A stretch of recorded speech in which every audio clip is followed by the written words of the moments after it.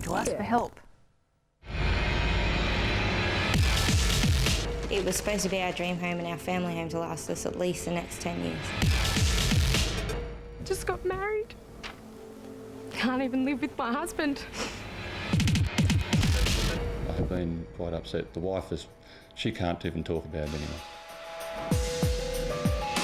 Families torn apart, dreams shattered, and homes literally broken.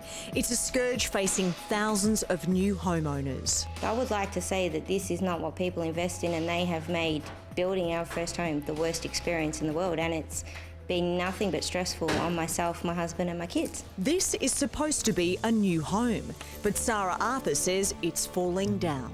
We've had problems since the day the slab was poured. Sarah claims the cracks started appearing soon after the house was completed in Melbourne's Melton, in this case by METRICON. The back window doesn't shut. There is a really severe crack in the bottom right-hand side of it. There's another one forming up the top left. We've got the cornices in the dining room and on the edge of the rumpus room that are starting to fall off. There is a major crack, which was the first one to appear on the inside of the rumpus room. I've been a builder for 40 years and I don't know how to fix this home. Independent building expert Branko Mladicek uses a laser level to show the shocking tilt on the floor. There's a 20mm difference. Now, would that angle account for some of this severe cracking? It does. It means the house is lifted in this corner.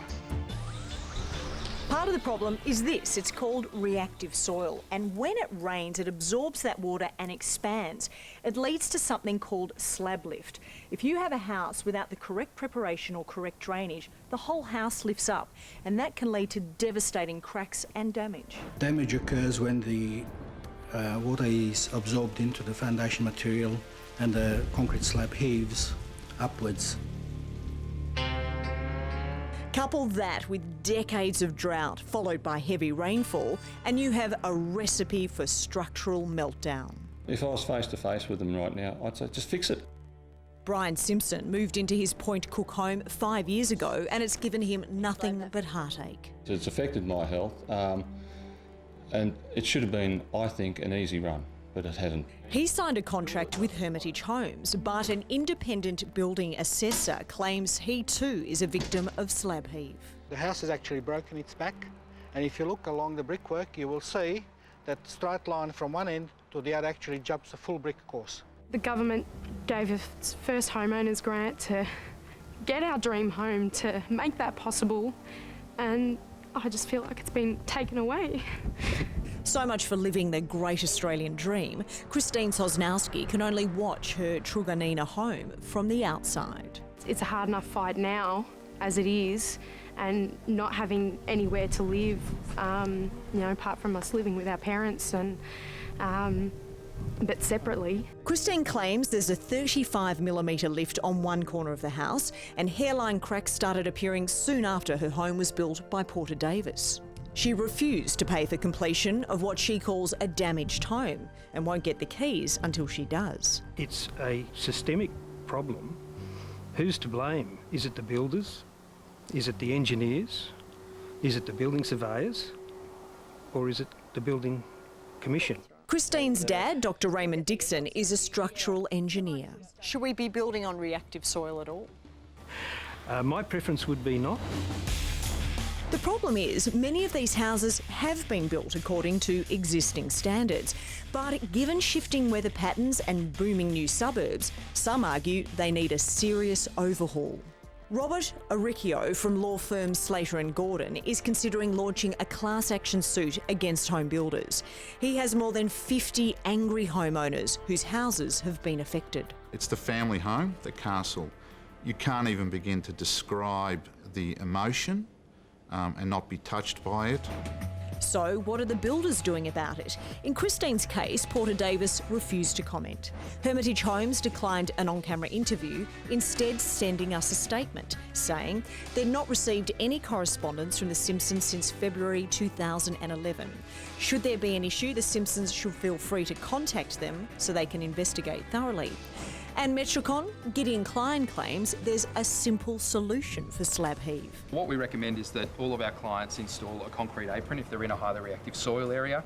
It needs to be graded away from the home so that any water from rain or from taps actually runs away from the side of the home. Why on earth is this an optional extra? This should be a mandatory part of building, surely. Look, it's a recommendation we make to all of our customers. Choice, spend up to $500,000 to fix it or knock it down, and there could be thousands of other homes just like it around the country. I grind my teeth in my sleep and I had to have some of my teeth replaced. Why with this? That's what I can't understand. When it comes to building disasters, at Fiona O'Hare's place, it never rains. It pours.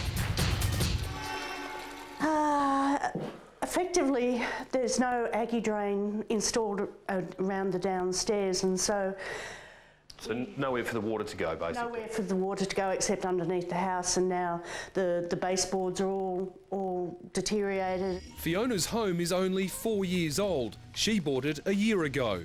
But when workers went below the house to install a lift, this is what they found. I've had to excavate 40 tonne of rock.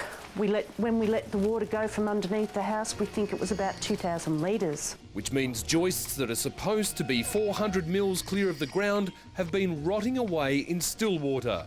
Fiona's since rigged up a makeshift pipe to drain it all away, but it gets even worse. Pillars have been slapped onto concrete slabs only a third the thickness they should be. In some cases, they're not even properly aligned. This beam goes all the way down to the floor and is supposed to connect to the brick pillar downstairs. Under the house? Under the house. But incredibly, the steel beam is resting on this. Have you had a surveyor in to look at this, and what was their opinion about the fact that 3/4 of the roof weight is resting on 3 pine legs? Well, that's why we've got the acro props here, and I've got more coming this weekend to add further support to the upstairs. The drainage has just been done completely wrong. ACA's expert Brad the Builder says Fiona's living every homeowner's worst nightmare. It's probably one of the worst things I've seen in building. Things like this do give builders a pretty bad rap, and unfortunately it does happen, and I hear a lot of bad stories. So the first quote has been 400,000 plus or minus 25%, which puts it over $500,000. In a worst case scenario, $500,000 just to fix up to make it livable. Yeah, and the problem then is everything has to be investigated, so even if it is $500,000, that might not be the end of the ticket. If someone's foundations are not acceptable, they're not working, pull the house down above it, start the foundations again. Foreman Keith from the block says the problem started long before Fiona ever even took possession of the home. I can't see how an inspector or a surveyor has let this through. Everything that I build, I get inspected, everything. On the block, you see me get upset. This is why. Not that Fiona's the only one who's been burnt by haphazard building regulations. It's supposed to be my bedroom. Lana and Boris Zaitson's home is a waterlogged mess thanks to a builder who never finished the job and a never-ending list of government agencies who've spent years holding absolutely no one to account. In Fiona's case, the local council told her the current privatised building permit system provides a clear separation between the function and liabilities of a private building surveyor from that of the council. In other words, don't blame us. So Fiona is on her own. I'm almost 60 and I was expecting this to be the last stop before the nursing home. This is everything I ever dreamed of. Look out these windows, look at this floor, look at this kitchen. It's beautiful, but it won't be here in 3 years' time. And late today we received a statement from the Master Builders Association of Victoria. You will find it on our website. Well, now to the rising rate of cyber crimes that are targeting your personal finances.